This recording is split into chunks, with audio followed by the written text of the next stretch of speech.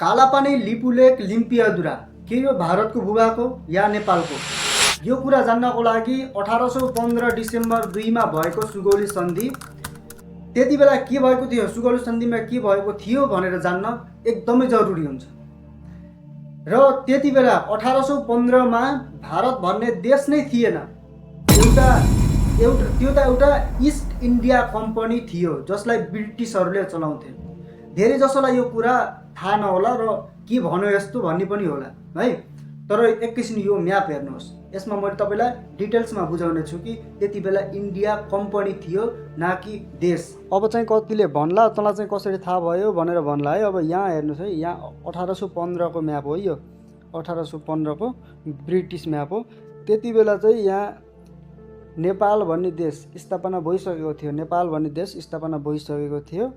यहाँ चाहिँ चुच्चो थिएन है, नभएको चिजहरू भन्नु भएन, यहाँ चाहिँ चुच्चो थिएन।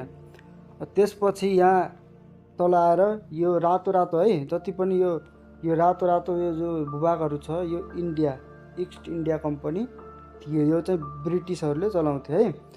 जस्तै यहाँ हेर्नु है, यहाँ इस्ट इन्डिया कम्पनी यो थियो होइन, इस्ट इन्डिया कम्पनी थियो।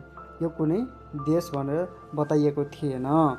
र सुगौली सन्धि चाहिँ के भयो, कस्तो भयो, कहाँदेखि कहाँ सिमाना भयो भन्ने कुराहरू ल अब अगाडि हेर्नु है।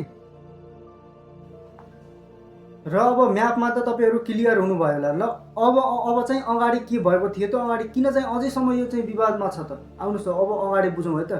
त्यो बेला नेपालका राजा गिबिन योद्धा विक्रम शाह थिए। सुगौली सन्धि पनि भारतसँग होइन, इस्ट इन्डिया कम्पनीसँग नै भएको थियो सुगौली सन्धि।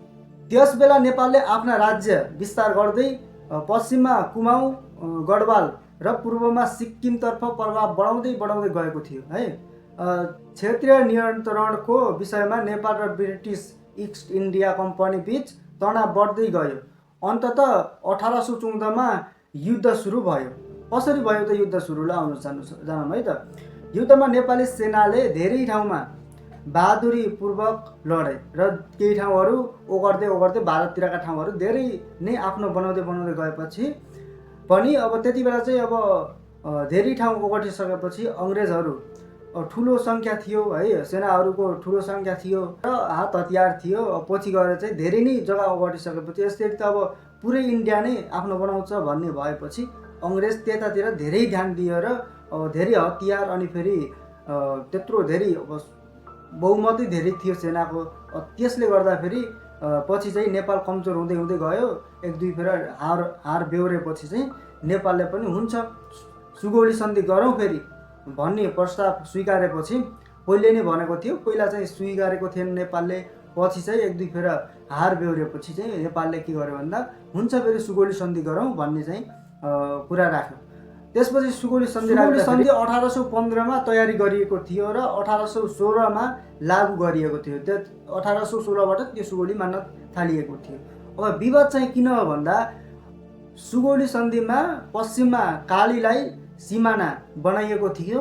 अब आउनुहोस्, यो काली नदी कहाँ छ त त्यो पनि हेरौँ है त। अब त्यसपछि बल्ल थाहा हुन्छ कि यो चाहिँ कसको हो त, अनि कसले चाहिँ दाबी गरेको छ, कसको चाहिँ वाक्यमै हो भन्ने कुरा त्यहाँबाट थाहा हुन्छ। ल आउनुहोस् अब चाहिँ त्यो म्याप हेरौँ जहाँ चाहिँ काली नदी छ। अब हाम्रो सबैभन्दा विवाद भनेको जग्गा भनेको चाहिँ कुन भन्दा हो यही हो के, यो जग्गा चाहिँ हाम्रो सबैभन्दा विवादित जग्गा हो होइन। यसलाई चाहिँ किन भन्दा यताबाट आएको यो तुरतुरे खोला, पहिला काहीँ वर्षायाममा बग्ने जस्तो खोलालाई चाहिँ भारतले काली नदी हो भन्छ होइन। जो यताबाट आएको यो ठुलो खोलो छ यसलाई चाहिँ काली नदी होइन भन्छ होइन भारतले। समस्या भनेको यही हो, अन्त कुनै पनि छैन। यो पनि बाटो खोल्यो होइन भारतले चाइनासँग, चाइना बोर्डरसम्म होइन, यो बाटो पनि चालु गरिसक्यो होइन। अब यो चाहिँ मान्न तयार छैन। को खोलो छ अब उति बेला सुगौली सन्धिमा पनि के भएको भन्दा यो खोलाबाट यताको भूभागभरि भारत होइन, अब यताको भूभागभरि के हो नेपाल उति बेलै बनेको यो, उति बेलै सुगौली सन्धिमा भएको हो चाहिँ यही हो होइन। सुगौली सन्धिमा यो नै भएको, तर यो चाहिँ भारतले मान्न तयार छैन, दादागिरी देखाइरहेको छ।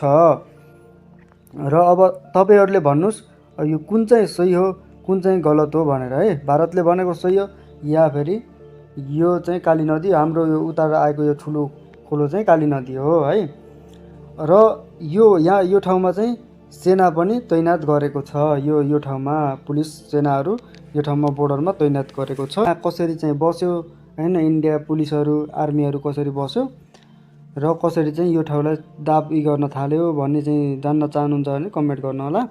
र कुरो चाहिँ यही हो, यहाँ अरू कुनै पनि दुई मत छैन।